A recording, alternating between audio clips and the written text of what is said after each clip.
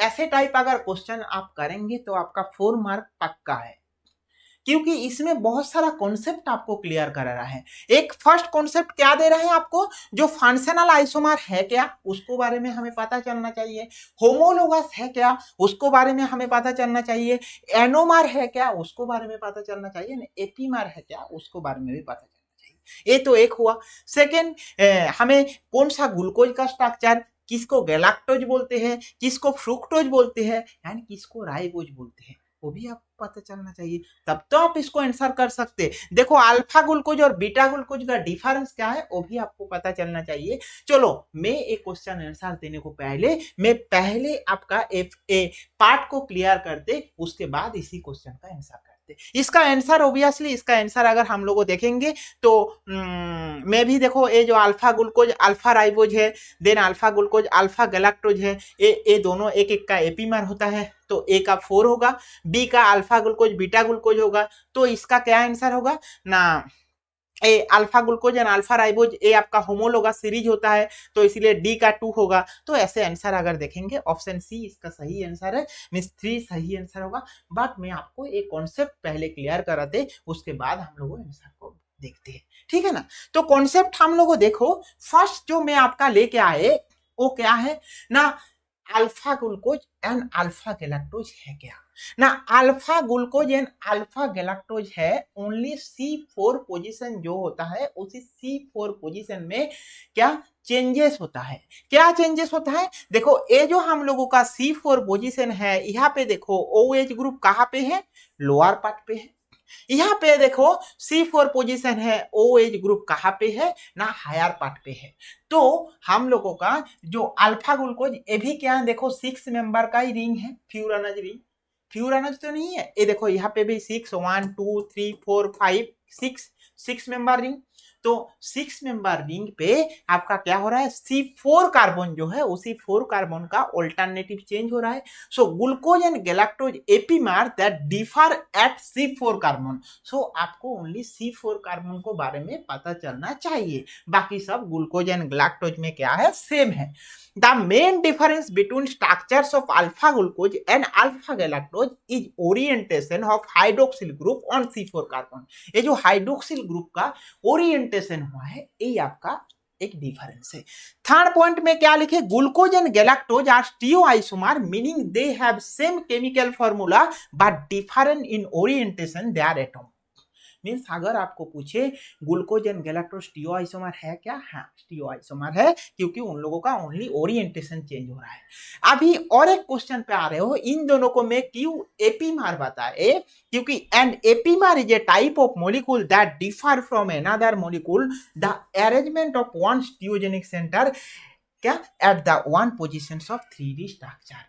So only one position of stereogenic center अगर change होता है तब भी उसको हम लोग क्या बोलते हैं ना, एपीमर बोलते हैं।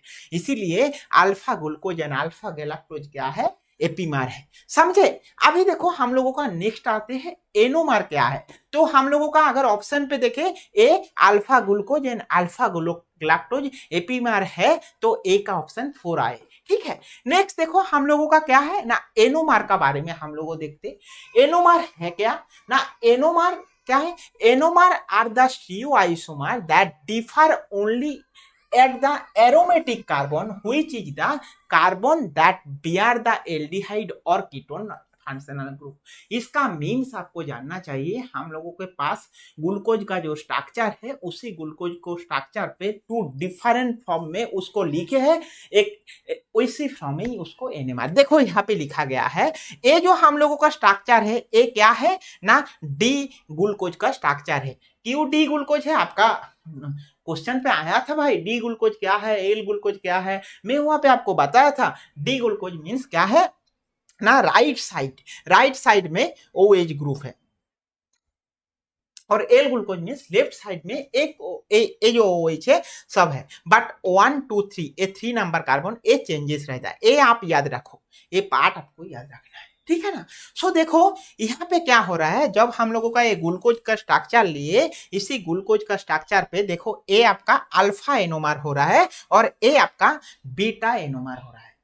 सो कार्बन पे जो OH ग्रुप है ए अबव पोजीशन पे है और ए आपका क्या है ना बिलो पोजीशन पे है।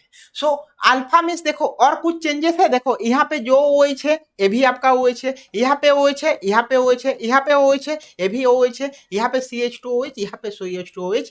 ओनली ए 1 नंबर कार्बन जो है उसमें आपका चेंजेस है, इसी पार्ट चेंजेस है बोल के आपका क्या है इसको अल्फा बोलते हैं। Alpha anomer means down side में और बीटा मींस अबव साइड पे, ये अल्फा बीटा फॉर्म ऐसे आता है।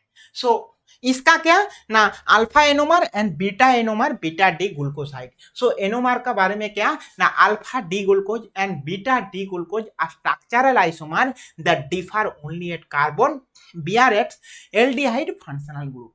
इसीलिए alpha glucose and beta D glucose एक एक का एनोमर होता है। तो आपका और एक हम लोगों का क्वेश्चन का सॉल्व हुआ है, देखो यहाँ पे क्या था ना alpha glucose and beta glucose उन लोगों को क्या बोलते हैं एनोमर बोलते हैं। तो बी का 3 ऑप्शन आया है, समझे ना। अभी नेक्स्ट देखते हैं हम लोगों क्या है ना isomer.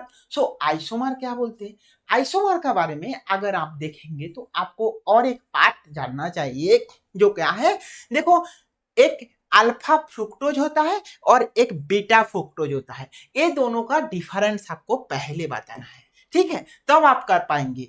So alpha fructose and beta D fructose है क्या, देखो alpha and beta D fructose means ये जो कार्बन है इसमें ही आपका चेंज है। देखो यहाँ पे भी अल्फा, यहाँ पे OH है, ऊपर पे CHO, यहाँ पे भी देखो ऊपर पे OH है। तो अल्फा मीन्स आपका देखो लोअर पार्ट पे, बीटा मीन्स आपका हायर पार्ट में OH है, बाकी सब यहाँ पे CH2OH आया है।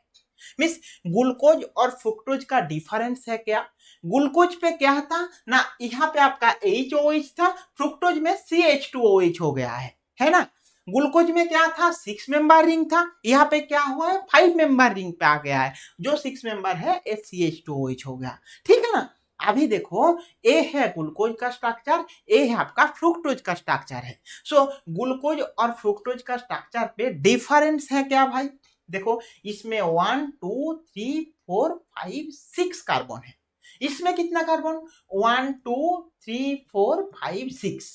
सो ए क्या है ना ए एल्डिहाइड पार्ट है, बट यहाँ पे क्या फॉर्मेशन हो रहा है कीटोन फॉर्मेशन हो रहा है। सो ए आपका ग्लूकोज पार्ट है, ए आपका फ्रुक्टोज पार्ट है, दोनों ही सेम है। देखो ये एल्डिहाइड है बट यहाँ पे क्या है कीटोन फॉर्मेशन है, यहाँ पे CH2OH के बाद कीटोन हुआ है इसीलिए इसको फ्रुक्टोज बताए, यहाँ पे क्या है ग्लूकोज हुआ है ना स्ट्रक्चर। सो ग्लूकोज और फ्रुक्टोज हम लोगों देखे, अभी हम लोगों इसी स्ट्रक्चर पे देखो ए फ्रुक्टोज है ए ग्लूकोज है, क्योंकि क्यों डिफरेंस हो गया है क्योंकि यहाँ पे CH2OH है, ये देखो CH2OH ऐसे लिखा है, समझ आए कॉन्सेप्ट।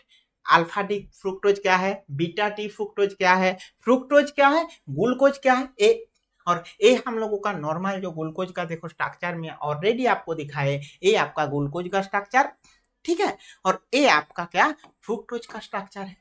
सो ग्लूकोज और फ्रुक्टोज का स्ट्रक्चर पे डिफरेंस क्या है, देखो ग्लूकोज में देखो यहाँ पे देखो ओनली OH प्रेजेंट है ना भाई, और यहाँ पे देखो फ्रुक्टोज पे यहाँ पे देखो CH2OH हो गया, मीन्स ए था आपका 5 मेंबर रिंग, ए कितना था टोटल 6 मेंबर रिंग, यहाँ पे कितना हो गया 5 मेंबर रिंग हो गया। सो ए आपको देखना है, फ्रुक्टोज में 5 मेंबर रिंग फॉर्मेशन होके CH2OH, दोनों CH2OH ऊपर और बाहर पे है, और ग्लूकोज जो होता है 6 मेंबर रिंग होकर CH2OH और OH ऐसे रहता है।